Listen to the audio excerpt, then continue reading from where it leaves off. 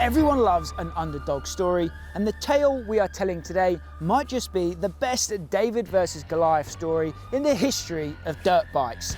This is a story of a family firm taking on the world. It's a story that involves fire, theft and sabotage, with a sprinkle of corporate politicking, fights with giants and dramatic championship battles. It involves counts, sultans and millionaires, and there's more heartbreaks and comebacks than the wildest soap opera. Today we're taking a look at the long and interesting history of CCM.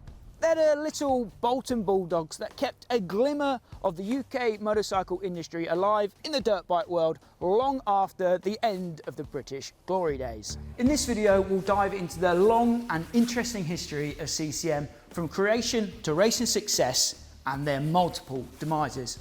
I'll also pick out 3 iconic machines from their 50-year stint as Britain's last surviving motocross manufacturer.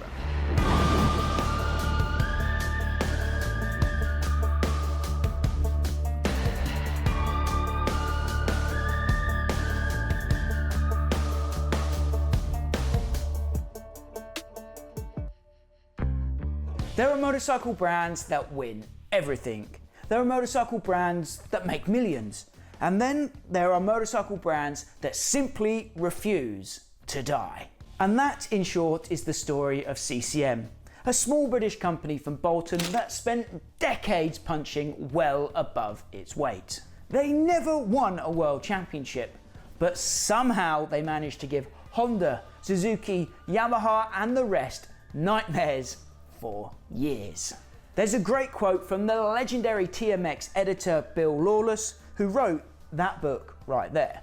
Bill said, "For almost a decade, Alan Clues flew the flag for Great Britain on the motocross circuits of the world. CCM has never been more than a small company in size, but in effort and achievement, it gave many a giant factory a bloody nose." They were underfunded, outgunned, and constantly on the brink of collapse. But yet they kept coming back. I guess the thunder rolls ever on. This video was quite the undertaking with all of the research involved, but I wanted to make sure I got the story straight. We are, after all, a British-based YouTube channel that focuses on telling the stories and reliving the history of motocross through the ages. So it's a bit embarrassing that I haven't actually featured the roller coaster ride of CCM on the channel before. And I have to say, it was fun to research. A lot of the names and characters involved are people that I've met, or at the very least I know their sons or their grandchildren. Even the book that helped immensely in my research was written by the dad of one of my first mentors in the motocross industry. So I hope I do the story and everyone involved justice. Let's kickstart the journey. Get ready for a wild ride. Before there was CCM, there was Alan Clues. Clues wasn't some rich industrialist or marketing wizard. He was an engineer, a racer, and most crucially, a hustler. He studied engineering and helped run his in-laws' convenience stores whilst competing in trials, before then moving on to scrambling. When Alan came of age, British-built 4-strokes still ruled the world, but the cracks were showing. BSA, Matchless and Triumph, they were kings on borrowed time. Meanwhile, European brands like Husqvarna, Mako and CZ were sharpening their knives with their lightweight and nimble 2-stroke machines. Clues had the dream of racing across Europe, and for 6 years that's exactly what he did. Riding homemade machines with either Matchless or Triumph motors, Alan made a decent living from the start and the prize money that came with racing in front of big crowds in France. Clues desperately wanted a works BSA, but that wasn't on the cards for a rider like him, so he did the next best thing. He built his own. Clues took a BSA 440 engine and did something clever. Instead of boring it out, which caused reliability issues, he changed the stroke, keeping the bore at 79mm, but increasing the capacity to 490cc.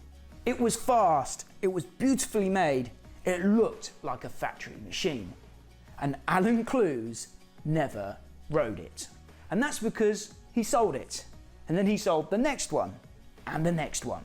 And just like that, without ever planning to, Alan Clues became a proto-motorcycle manufacturer. And it was the start of a truly wild ride. In 1971, BSA pulled the plug on their factory racing effort. Alan Clues heard about the news and made his move. He bought 12 works frames and a van load of parts from the BSA factory. Purely for selfish reasons, he wanted to keep racing himself and keep a stockpile of parts for his own bikes. But word had started to spread. If you wanted a fast BSA, then Alan Clues was your man. Using the BSA B50 motors and those works frames, Alan Clues built 7 bikes in his garage and he dubbed them the Clues Stroker. Demand exploded, so Alan Clues made a decision that would literally affect his family for generations to come. He sold off one of the family shops to secure some startup funds and committed to becoming the world's newest motorcycle manufacturer. CCM was born. In 1972, Clues moved his operation to a 3,000 square foot factory in Bolton. His main concern at that time was that he would soon be running out of those works frames from BSA. But in the first of many fortunate happenstances, in steps Mike Etoff of Etoff Motocross Components with the offer to sell Clues some beautiful frames. This was the start of a long and sometimes bumpy relationship between Clues and Etoff. Around this same time, Alan had also convinced BSA, who were truly on their last legs, to sell him more motors, forks and other parts. It was the first time they had done something like this. Essentially, in selling these parts to Alan, they were helping to equip a rival in the game. The new Clues bikes would use EMC frames and Alan's modified BSA motors. The wheels, brakes and hubs all came from other suppliers. It was a 608cc 4-stroke with 38 horsepower compared to BSA's 34. It was just 209 pounds, which was 40 pounds lighter than the BSA. And here's my favourite part. There was no Kickstarter. If you needed to kickstart your bike during a race, the ex-world champion Jeff Smith reckoned you'd already lost the race. So with that mindset, customers of the CCM were expected to bump start their brand new and pretty expensive motocross bike every single time. Absolutely unhinged, absolutely CCM. At the start here, Mike Etoff was still working for Rolls-Royce, but as the demand from CCM for more frames became more and more, he decided to jack in his job, move up to Bolton and set up the EMC shop just yards away from the CCM HQ. This allowed him to scale up his production a lot. They sold 42 bikes in that first year, and some of them even went to France and all the way to the USA as well. The turnover was reportedly £39,000 with a loss of £6,000. They did have to equip that new factory after all. But for 3 men and an apprentice, that wasn't bad at all.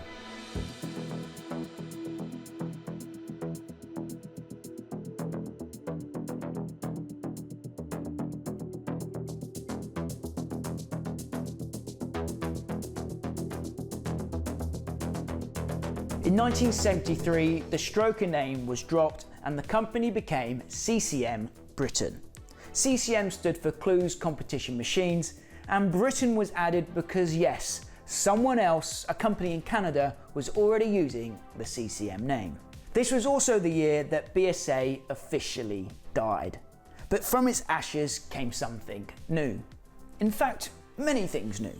There were a few former BSA employees, a couple of other motorcycle mad hustlers around the country that looked at what Alan Clues was doing with CCM and they were inspired. Companies that were born during this time include Ben Hill Cables, Twin Air Filters and Renthal Handlebars. Back up in Bolton, Alan Clues believed the one thing above all else: racing improved the breed. So CCM went racing. And at Glastonbury that year, Bob Wright, a certified CCM legend, gave the firm their first ever national win. He beat the likes of Brian Wade and Badger Goss. Suddenly, people were paying attention to the Bolton Thunderers. That same year, CCM sent Bob Wright to take part in the Trans AMA Series in the United States, in part thanks to a team sponsorship from British Caledonian Airways. The results weren't that impressive. The best result was a 5th in San Francisco, but the real win was that American riders and American importers had seen the bike and were impressed with its performance, especially against the new age two-strokes. The next year, exports exploded and the message was clear.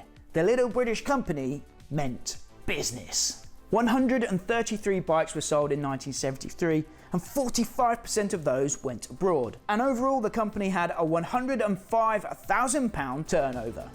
For 1974, CCM signed Big John Banks to the race team. He was a man that had nearly won the World Championship on 2 different occasions riding a BSA 4-stroke. If anyone could tame the thunder, it was John. When Banks joined, everything changed. They weren't just participants anymore. CCM were dangerous. And Banks constantly pushed for development. Racing at his level, he needed stronger components, better suspension and improved geometry. And CCM loyally followed this racing logic. Develop it on Sunday, sell it on Monday. Banks won his first British Championship race for CCM at Tilton that year, and at the end of the season they placed 3 bikes inside the top 10 in championship standings. And with that, CCM were no longer a curiosity, they truly were contenders. The British Championship was just the start though. Alan Clues wanted to test his machines in the ultimate arena.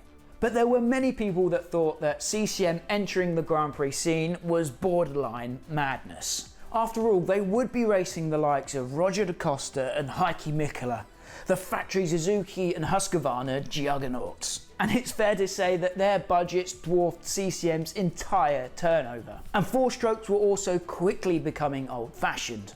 But Clues believed that GP racing would expose their weaknesses quickly, allowing them to develop faster and provide better products for their customers. The team's first GP in Austria was pretty surreal. The team met at a medieval castle owned by a motocross-obsessed, CCM-loving count. The castle was complete with a moat, a dungeon, a zoo, and yes, the count did have his own track as well. At the races, CCM learned fast. They realised that the old BSA suspension just wasn't up to scratch anymore. They desperately needed more travel. Essentially, at this time, every GP was a rolling test session. At the end of 1974, CCM also signed Vic Eastwood to the team, and they sent him over to the USA to race in the Trans AMA Series. And his best result was a 3rd, a fine performance that continued to impress the American audience. CCM also started a booming spares business, and Alan continued to acquire more motors and more parts from Norton Villiers Triumph, who now owned the old BSA stock. That year, 54% of bikes were exported and turnover was up to £112,000. By 1975, CCM production bikes were almost identical to the factory racers, with laid down rear shocks and 9.5 inches of fork travel.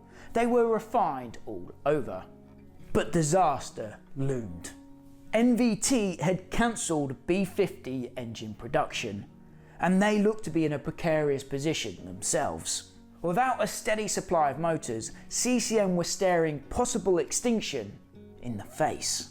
But that problem would have to wait, because there was a fierce championship battle to fight.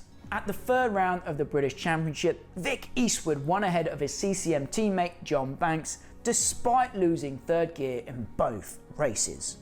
It was a dramatic day. That season, both John Banks and Vic Eastwood found themselves in the midst of the championship fight against the young upstart Graham Noyce and the vet Vic Allen, which was great for the small family team of CCM. However, at the final round of the British Championship, team orders were either missed or ignored. John Banks didn't let Vic Eastwood through, and Eastwood ultimately lost the title by just 2 points to the Scottish rider Vic Allen. CCM won 7 out of 12 races that year, more than anybody else, but the championship still evaded them. That season would haunt CCM folklore for a long, long time. Away from the races, NVT did eventually go bust, And that could have been disastrous for CCM, but Alan Clues made another insane move. He bought 100 tons of engine parts from the old BSA factory, as well as B50 tooling and raw materials as well. It was a huge expense, a massive one, but with that move they were now self-sufficient for their BSA powered machines. It was all moved up to Bolton, and there was so much stuff a new warehouse had to be acquired to store it all. In 1975, 160 bikes were sold, 57% of them were exported, and the spares business was booming. Turnover was £203,000. The reigning British champion Vic Allen was keen to join the squad for 1976. But adding a rider of his stature to a stable that already included John Banks and Vic Eastwood would be expensive. So CCM Team Great Britain was formed to fund this new expanded team. They got support from a bunch of different British-based companies like Castrol, Camel, Girling Shocks and Stadium Helmets. At the GPs, CCM experienced their fair share of drama. At the Italian GP, there was a big sabotage scandal when clumps of sugar were found inside of Vic Allen's fuel system, and that totally derailed his weekend. CCM reckoned they know who did it, but they could never find the proof. But that drama didn't stop them from achieving what many people thought was impossible: GP podiums. Vic Allen finished third in Austria, which was his best GP result ever. And Vic Eastwood also finished third in Finland. For a tiny British manufacturer using aging four-stroke technology, this was monumental. Remember, this was during the Suzuki and Roger da Costa golden age. With the team on a high, they decided to make the expensive trip out to race the North American rounds, and in Canada, Vic Allen ran out of petrol. As Alan Clues said, "That's a long way to go to run out of juice." And then came Luxembourg. Vic Eastwood led the race for 37 minutes. 37 minutes, that's longer than a GP race today. There was 3 minutes left on the clock and he had a 10-second lead. And then the clutch went and he was out of contention. The race win, CCM's first ever, slipped away in seconds. Absolutely heartbreaking. At this time, CCM were experimenting with a 3-speed gearbox, and they had finally outgrown their original factory, so they moved to a new 20,000 square foot facility in Bolton. It cost them £28,000 and it needed another £10,000 spending on it in renovations. At the British Championship, Graham Noyce, who wasn't a CCM rider, had a fantastic year and he wrapped up the British title 1 round early, so he decided to jet off to race in America and missed the final round of the British Championship that year. This allowed CCM to sweep in and take a fantastic result. Their bikes took the first, second and third steps on the podium that day. Graham Noyce won the championship ahead of Vic Allen, Neil Hudson was third, John Banks fourth and Vic Eastwood was fifth. 3 CCMs in the top 5 proved they was a force to be reckoned with, but still there was no title to show for it. 1977 was chaos. Mike Etoff left CCM in the lurch as he went off to work on his own Sachs-powered EMC machines, basically going from a vital supplier for CCM to a rival right on the doorstep overnight. Those EMC machines would later on become known as Cottons, and they have their own little piece in motocross history. So CCM had to make their own frame making facility, which was difficult, but in the end it saved them about £50 per frame. With the big move to the new facility and this mini war with Etoff going on, CCM weren't in the best place financially. They were about £30,000 behind when the phone rang. It was the Sultan of Oman and he wanted motorcycles, lots of motorcycles. Let me explain. Previously, CCM had built bikes for the White Helmets Royal Signal Display team, and that team had performed in Oman, and the Sultan was impressed. So impressed in fact that he wanted to form his own display team, and he needed bikes to do it. A representative of the Sultan phoned up Alan and asked him how many bikes they might need to make it happen.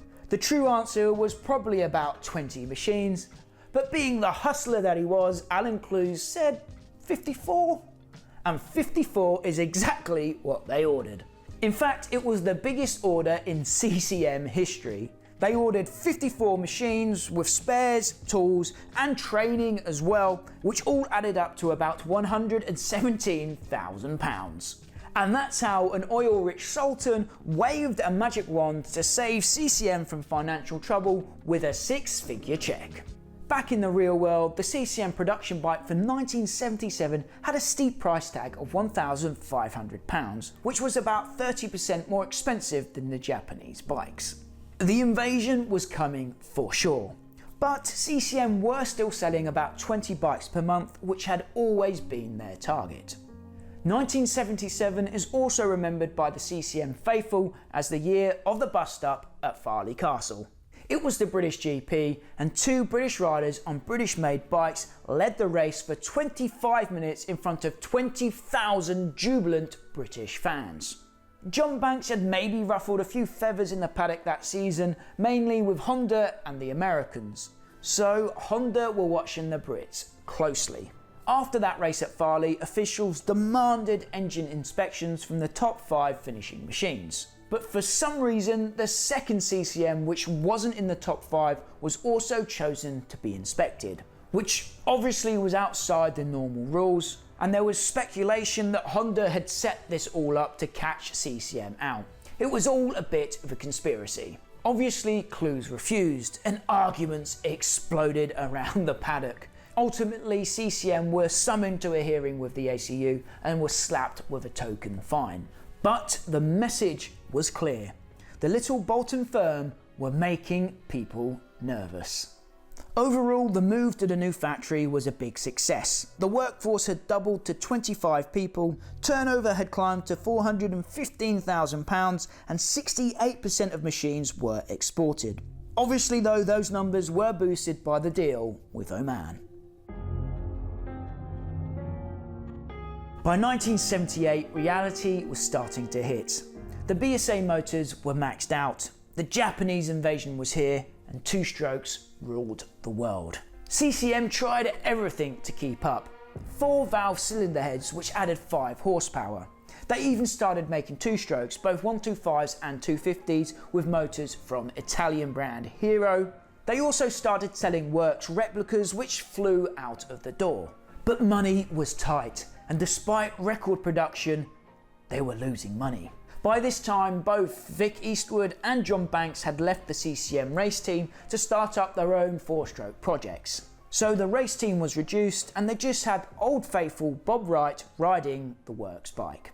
Once again, Noisy won the British Championship, and Bob Wright came 8th overall in the end. This was essentially the last of the CCM golden years, although no one knew it yet. There were a few reasons for this. The national recession for starters, combined with the fact that those new two-stroke motors landed late, meaning that CCM missed the all-important pre-season sales window for 1979. But at the end of 1978, turnover was up to £500,000. There were now 52 employees at CCM, and with all the new projects they were turning out 70 bikes per month. And the company even received a prestigious award from the Chamber of Commerce. Racing-wise, Bob Wright was the only factory rider once again. He secured a 5th in Italy, which was his best GP result to date, and at the British Championship he finished 2nd to Noisy at Hawkstone. And that year, Graham Noyce was riding the factory Honda, and he would go on to become world champion, remember. So that just goes to show how potent the CCM still was in the right hands, in the right conditions. During the US GP at Carlsbad, there was a heatwave so harsh it nearly killed Bob Wright. It was 120 degrees during the second moto, and Bob found himself battling for 9th position with Chuck Sun. With 4 corners to go, Bob crashed, but he picked himself up and kick-started the bike, and eventually managed to cross the line despite being all over the place. He collapsed off the bike with heatstroke and essentially died. His heart stopped beating. He was packed up in the ambulance and taken to hospital to recover, and then he raced the next week in Canada and grabbed a 10th place finish. Mind-blowing. Out of 15 Europeans who raced that GP at Carlsbad, only 4 made it to the finish. And one of those was, of course, Bob Wright on the CCM. Back home, another financial struggle had begun. A big order from the French had fallen through, and CCM lost £25,000 in the deal. Despite a record year for production, with 152 strokes and 134 strokes leaving the doors, it was a loss-making year.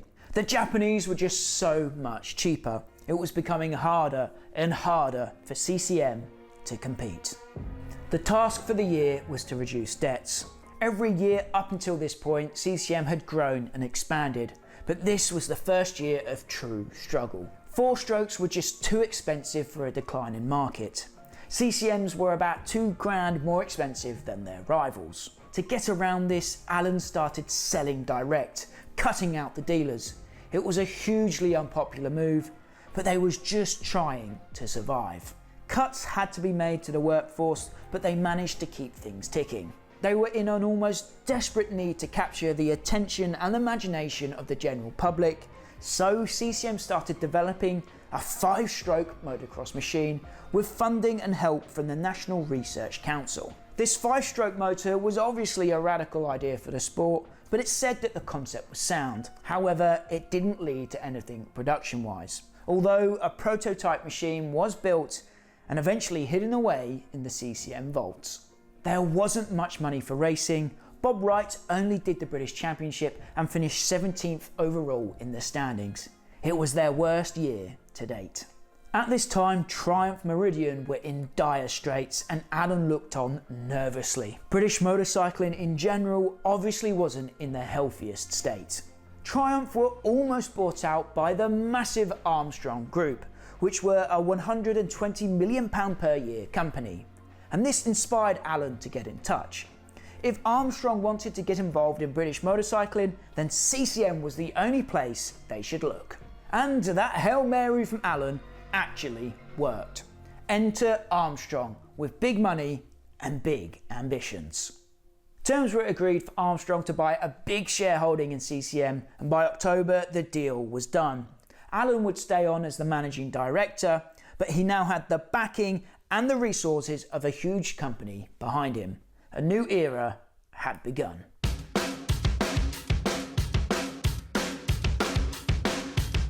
Road bikes, TT wins, a massive Can-Am deal. On paper, it looked to be a huge success, but it wasn't all sunshine and roses, as we're about to find out. Almost the first thing done with this Armstrong money was to acquire Cotton Motorcycles, which included the services of Mike Etoff, which was a nice reunion after a few years apart.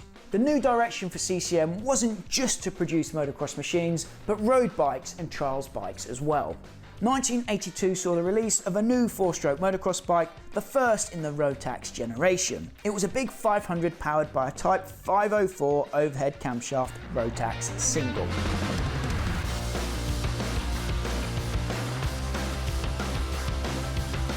At this stage, the Armstrong takeover looked to be a shrewd and clever move by Alan Clues. This is another quote from Bill Lawless. Armstrong CCM looked poised to achieve great things in road racing, trials and motocross. Vale Street is a hive of activity and the atmosphere is buoyant to say the least. It seems entirely fitting that the old firm, with its new ally, looks set to spark the renaissance of a once great national industry. Hopes were definitely high. And as they should have been, a huge deal was just struck with Can-Am to ship out big numbers of trials, motocross and road bikes. These bikes would be badged and sold as Can-Ams, but it was big business for the Bolton firm. In a 4-year period, 4,000 machines were shipped over to North America. But to finally confirm that the Thunderers were in a new era, the company's name was changed from CCM to ACM. Armstrong Competition Machines. To put it plainly, CCM wasn't CCM anymore. Not just in name, but in spirit as well. Our friends at Peaceline are big supporters of what we do here at 999 Laser. They have all the motorcycle oils, lubricants, cleaning products that you need for your ride. If you head to their website, which I'm on right now, you You can type your bike model into their search bar and they'll bring up all the products they recommend you need for your ride. Be sure to check them out next time you need to restock on essentials. I've left the link in the description down below. The Armstrong era was seemingly great for business, but it wasn't great for Alan Clues. Armstrong were all about road racing. They were hooked on the glitz and the glamour, which is something that motocross hasn't and probably will never provide in quite the same way. So motocross became a bit of an afterthought for Armstrong, and this new corporate culture just didn't sit well with the founder. This road racing effort was swallowing up all of the profits of ACM, and management was shifting and changing. Alan Clues was demoted from MD to a sales role, and he actually ultimately left the company. After the initial highs of the takeover, the honeymoon period was officially over. The country was hitting an economic downturn, and Armstrong's expansionist philosophy was changing. They decided to offload a bunch of companies from the group, including their motorcycle division. In total, 14 businesses were to be sold off. And this was despite the fact that Clues had secured ACM a huge military contract to provide the British Army with 2,300 motorcycles. These bikes would use the Italian SWM XN Tornado 500 engines and became the famous Armstrong MT 500s. Harley-Davidson eventually bought the rights to the MT 500 in the shuffle that was about to happen, and in that shuffle, Mike Etoff followed the MT 500 over to America and over to Harley-Davidson, and he would work at Harley for the next 20 years. But back to the main story. As we know, Armstrong were looking to offload their motorcycle division, and maybe the only person in the country that could have bought it was John Bloor with his deep pockets, who had just bought Triumph. But Bloor passed up the opportunity. I guess at that time he didn't want or need the distraction of off-road machines, so we'd have to wait a good 30 years for a Hinckley-made motocrosser to hit the market. So after 12 months of negotiations, and as the only real contender, Alan Clues bought back his old firm in September 1987.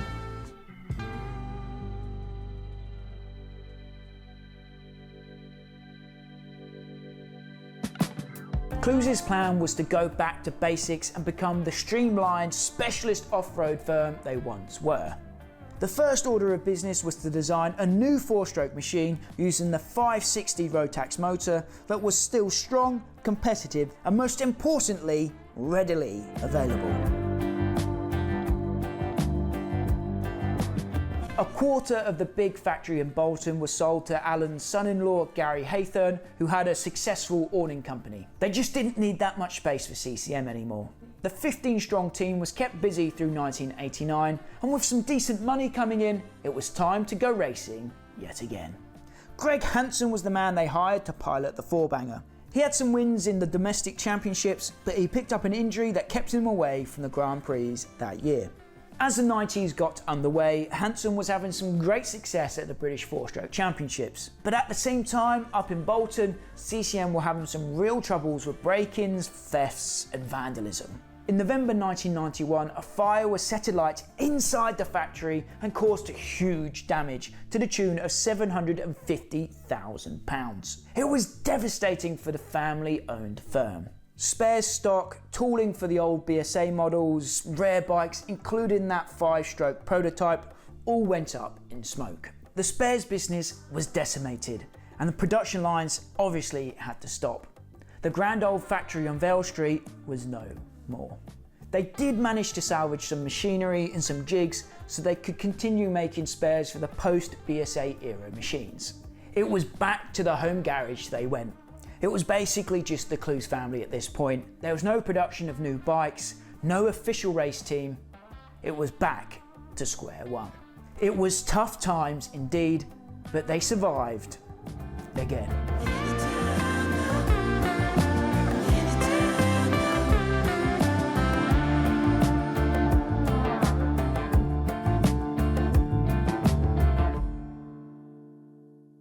By 1995, the CCM spares business was back up and running and going well. But the Clues family, Alan and his son Austin, were bike builders at heart. They were frustrated and they wanted to go back to doing what they did best. Austin took the lead here and the C25 was the result.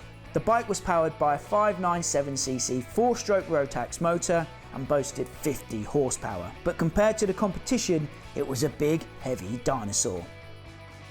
After disappearing a bit in the 80s, 4-strokes were making a comeback. Husselberg were making waves in the 90s, and Yamaha were about to completely change the game. The C25 had no linkage suspension, the frame, subframe, swing arm and exhaust were all made in-house. Austin moved the engine forwards a touch to help steering and moved the footrest back to increase traction. The purple frame was distinctive, and reviews said it felt like a slim 125. CCM's US importer signed up the legendary Donnie Schmidt to race for the brand in 1995 at prestigious 4-stroke championships. Donnie won both the Sound of Thunder Series and the 4-stroke World Championships on board a CCM that season. With this success and more orders coming in, Clues set up a new production facility and were turning out about 15 bikes a month with 10 to 15 people on the payroll. Unfortunately for them though, their all-important US importer went bust, which left CCM in another financial hole. Finances began to take a downward spiral once again. As the 90s came to a close, CCM were dipping their toes in the world of motocross, trials, enduro, supermoto and even rally. Dubliner Nick Craigie raced a modified C26 at the Paris-Dakar Rally, as did Simon Pavey, among others. But to expand and get into that more lucrative road bike sector, CCM needed a major cash injection.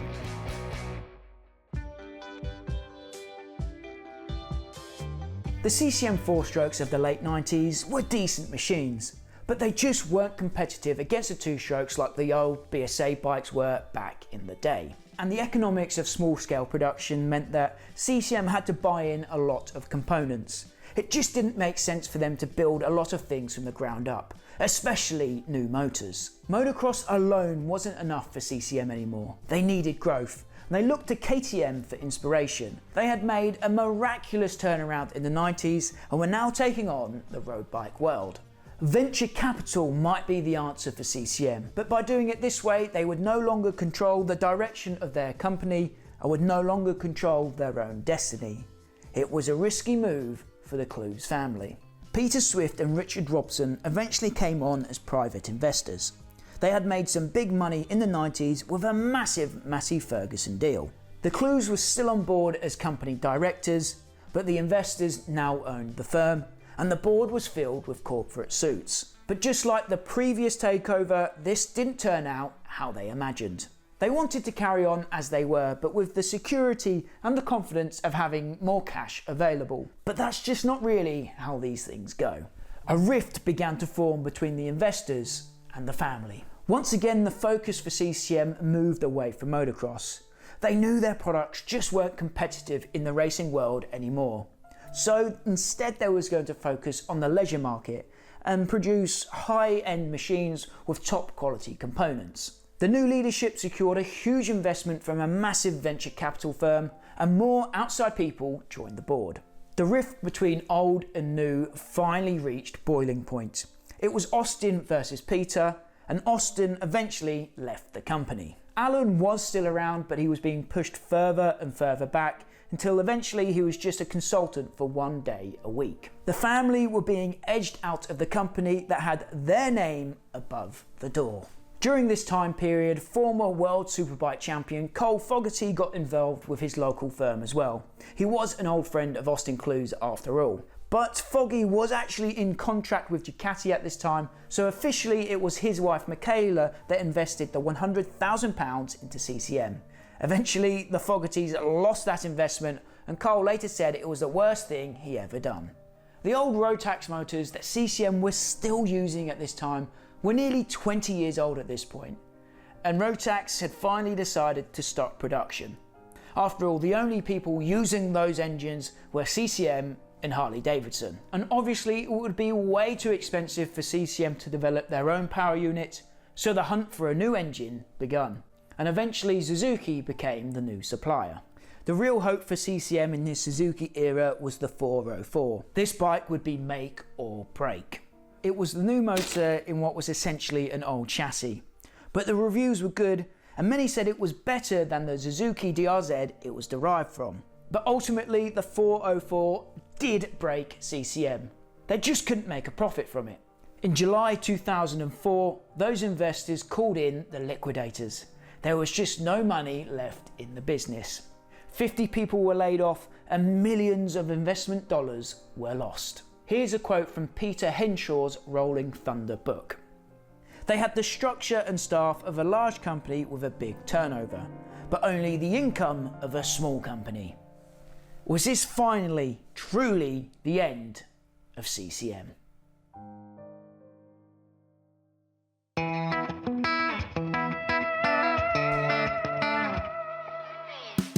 Like an unbelievable Hollywood movie, the Clues family made yet another triumphant return.